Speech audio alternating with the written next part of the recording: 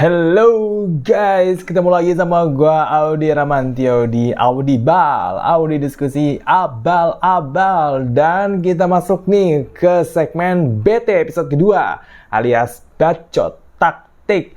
Kalau kemarin kita bahas MU, sekarang kita bahas Real Madrid, di mana akhirnya mega saga transfer Mbappe selesai ya. Mbappe resmi ke Real Madrid, sudah diperkenalkan secara publik.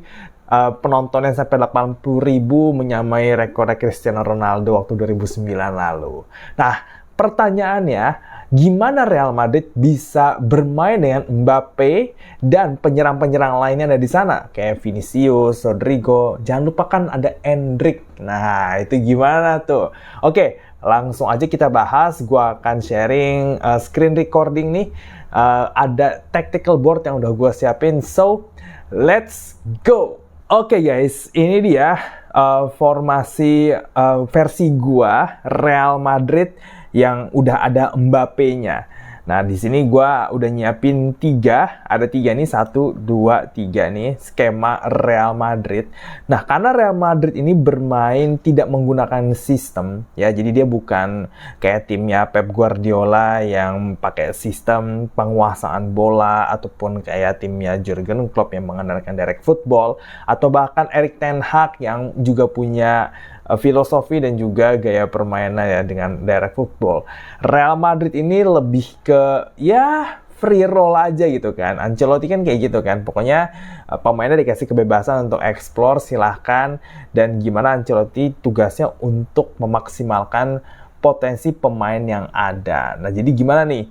Udah ada Mbappe, ada Vinicius, ada Bellingham, ada Endrick, ada Rodrigo Goes. Gimana menyatukannya? Kita punya 3 skema. Yang pertama adalah 4-2-3-1. Untuk lini belakangnya nggak akan gue ubah ya. Jadi tetap susunannya seperti ini. Prediksi gue, ini Real Madrid akan mengandalkan 5 pemain ini ya. Kiper Thibaut Courtois, kalau nggak cedera lagi, Courtois pasti ada di situ.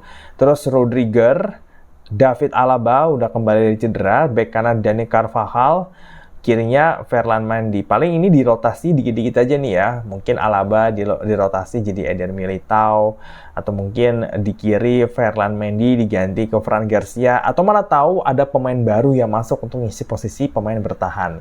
Tapi sejauh ini rumornya nggak ada sih. Nah, kita langsung berada aja nih ke bagian gelandang dan juga depan. Nah, Real Madrid kan udah nggak ada Toni Kroos ya. Jadi Tchouaméni ini praktis akan jadi defensive midfielder-nya Real Madrid. Dan juga untuk yang pasangannya itu ada si Federico Valverde ya. Jadi ada Federico Valverde yang memang lebih box to box ya. Dia bisa maju ke depan, distribusiin bola. Mungkin dia visi permainannya nggak terlalu bagus, tapi paling nggak dengan 2 pemain ini kan 2 pemain dengan tipe pekerja keras ya, Valverde sama Tchouaméni. Jadi untuk menstabilkan lini tengahnya di formasi yang sangat ofensif ini, mereka berdua cukup penting ya. Jadi Tchouaméni akan lebih bergerak di area defense. Ketika menyerang kan pasti kan back ini kan maju ya kan. Biasanya kalau nyerang di sisi kiri ini maju, jadi ini agak back satu agak ke kiri, ini Tchouaméni ada di sini, atau enggak dia akan bikin kombinasi seperti ini nih ya. Jadi si Tchouaméni ini akan cover di area tengah ini saat menyerang lewat kiri ya, atau menyerang lewat kanan ya. Ya intinya kan kayak gini lah. Pokoknya Tchouaméni ada di daerah defensive midfield, sedangkan Valverde akan box to box, tapi dia juga akan kerja keras barengan Tchouaméni untuk jaga stabilitas lini tengah.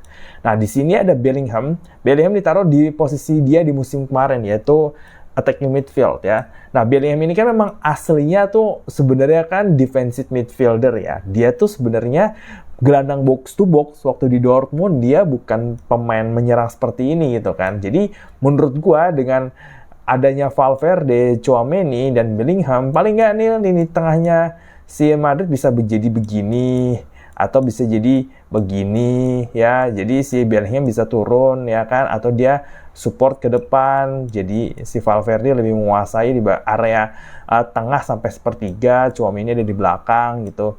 Ya sebenarnya ini tugasnya supaya mereka kalau di counter nggak kelabakan ya. Jadi untuk menjaga stabilitas lini tengah. Kemudian karena Real Madrid ini kan mengandalkan pemain sayap ya, pemain sayap mereka kan kencang semua dan punya skill olah bola ya. Vinicius yang gua taruh di kiri, Mbappe yang ditaruh ke kanan. Kenapa Mbappe di kanan? Karena Mbappe kaki kirinya lebih bagus menurut gue ya dibandingin Vinicius. Jarang Vinicius pakai kaki kirinya dia. Dia tuh pasti bergeraknya tuh cutting inside ke sini. Jadi dia jarang kayak mungkin larinya tuh vertikal begini terus shooting langsung pakai kaki kirinya nih ke gawang. Agak jarang dia kayak gitu ya. Dia lebih masuk ke dalam pertukaran posisi sama si strikernya Endrick dalam hal ini ya kan. Mbappe pun juga sama, kalau misalkan nyerangnya dari kanan ya berarti Mbappe yang kesini ya, nusuk dari kanan. Dia bisa pakai kaki kirinya shooting atau dia mungkin mau explore di bagian ini pakai kaki kanannya hajar gitu langsung ke sana, atau enggak dia ngasih umpan ke Endrick. Jadi ya ini tergantung Real Madrid mau nyerang di sisi mana nih. Kalau mereka berdua ada di sini nih, Mbappe, Vini, Endrick, definitely ini untuk counter attack sangat-sangat berbahaya karena tiga pemain ini tuh sama-sama pemain cepat. Jadi kalau Real Madrid dapat counter attack itu menurut gua tingkat keberhasilannya bakal tinggi banget ya. Jadi untuk formasi ofensif seperti ini Real Madrid cukup berbahaya. Kemudian ada skema kedua, yaitu 4-3-1-2 dengan memainkan Mbappe dan Vinicius sebagai striker di depan dengan Bellingham ada di belakangnya. Nah, kalau kayak gini tuh Bellingham bisa memerankan false nine, sedangkan mereka bisa melebar ya. Anyway, posisi Vini sama Mbappe ini pasti nggak akan statis. Mbappe cuma di kanan, Vini cuma di kiri. Enggak, mereka pasti bakal tukeran posisi kok. Ada saatnya mereka akan tukeran posisi, ada saatnya mereka bakal stay di posisi ya, tergantung kebutuhannya. Tapi ada Bellingham di sini, dia bisa memerankan false nine ya. Jadi dia memaksimalkan kemampuan nih dua pemain sayap yang kencang ini. Dengan di tengahnya ada Eduardo Camavinga dan Ordan Tchouaméni sebagai dua gelandang pekerja keras, dan ada Brahim Diaz sebagai pemain kreatif yang mendistribusikan bola ke depan ya. Dia bisa berperan jadi playmaker, dia bisa berperan menjadi pensuplai bola, dia juga bisa berperan masuk ke sini. Jadi bisa aja nih jadi formasinya begini nih ya. Nah, begini juga bisa nih. Jadi Brahim Diaz bisa aja masuk ke dalam ya, nusuk dari belakang, atau ya formasinya jadi begini nih ya. Ini kombinasi 4 pemain ini nih akan sangat penting sekali nih. Jadi Brahim Diaz sebagai playmakernya, Bellingham sebagai gelandang serang, dia juga punya visi sebenarnya Bellingham ini, dan Mbappe yang ada di sini mencoba mencari ruang, Vinicius yang bawa bola ke depan, tusuk dari kiri masuk ke kotak penalti seperti itu ya. Tapi ini mungkin dalam versi ofensif aja ya. Emang aslinya si Brahim Diaz juga akan terlibat nih di penguasaan lini tengah ini, karena Real Madrid bukan tim yang menguasai pertandingan atau menguasai satu lini. Jadi menurut gua ya mereka benar-benar ngandalin skill individunya Bellingham, Mbappe, Vini, sama Brahim Diaz untuk mengkreasikan serangan gitu. Nah, skema ketiga adalah 4-3-3. Nah, ini mungkin most likely akan seperti ini ya, dengan Rodrigo yang main di kanan. Ini kayak musim kemarin aja sih gitu kan. Nanti Mbappe sama Vini bisa tukeran kayak begini ya, atau tukeran sama si Rodrigo juga bisa ya kan, Rodrigo yang kesini. Tapi kayaknya kalau pertukaran sama Rodrigo agak jarang ya, karena Rodrigo ini lebih bagus mainnya dari sayap ya kan, sedangkan Mbappe sama Vini bisa tukeran karena Vini juga bisa main di tengah. Ya, jadi ini benar-benar ngandalin skill individu banget ya. Kecepatan Vini, Mbappe, Rodrigo, Bellingham di sini dia akan menjadi gelandang pekerja keras juga bareng Tchouaméni sama Camavinga. Kenapa? Penting banget untuk menjaga stabilitas lini tengah ya.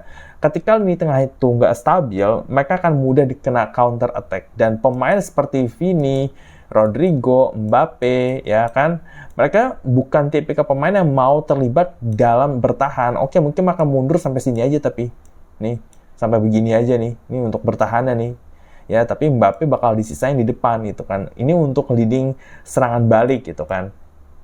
Jadi ya kalau formasi ofensif kayak begini ya paling ngandalin 3 pemain yang ada di depan ya, terutama 2 pemain sayap. Kemudian si Mbappe ini bisa bertukar posisi sama Vini dan jadinya seperti ini ya kan, tergantung sikon sih. Nah, ini kan Real Madrid gak ada sistem ya, jadi pemain ini tinggal gimana caranya menurunkan ego dan bisa bekerja sama. Paling nggak bikin kombinasi sedikit-sedikit bisa kan ya. Daripada cuma lari-lari, dribbling, lautan pemain, individual, finishing, goal gitu kan. Ya nggak apa-apa sih kalau menang pertandingan ya. Cuma nggak bisa sustain terus-terusan. Karena kita mana tahu salah satu dari pemain andalan Real Madrid ini bakal cedera apa. Ya, ini bukan doain mereka cedera loh ya, tapi cedera kan resiko dari sepak bola. Jadi pemain-pemain yang jadi line up yang gua sharing tadi itu bisa berubah dengan segala situasi. Misalkan ada pemain yang performanya jelek atau cedera. Nah, ini ya kan di situ kan ada pemain-pemain pengganti yang bisa ngisi. Misalkan Luka Modric ya, mungkin umurnya udah uzur banget, tapi definitely dia masih punya banyak yang ditawarkan gitu loh untuk di Real Madrid. Kemudian ada juga gelandang-gelandang lainnya ya kan. Tadi Camavinga sama Valverde bisa saling bergantian ya kan. Dan mana tahu mungkin Real Madrid punya gelandang baru ya kan, entah itu beli, entah itu dari akademi. Pokoknya yang jelas menurut gua Real Madrid punya gelandang baru sih, menggantikan Toni Kroos. Ya, kita lihat aja ya untuk Real Madrid dengan proyek Galacticos Jilid 3 yang ini apakah berhasil atau tidak.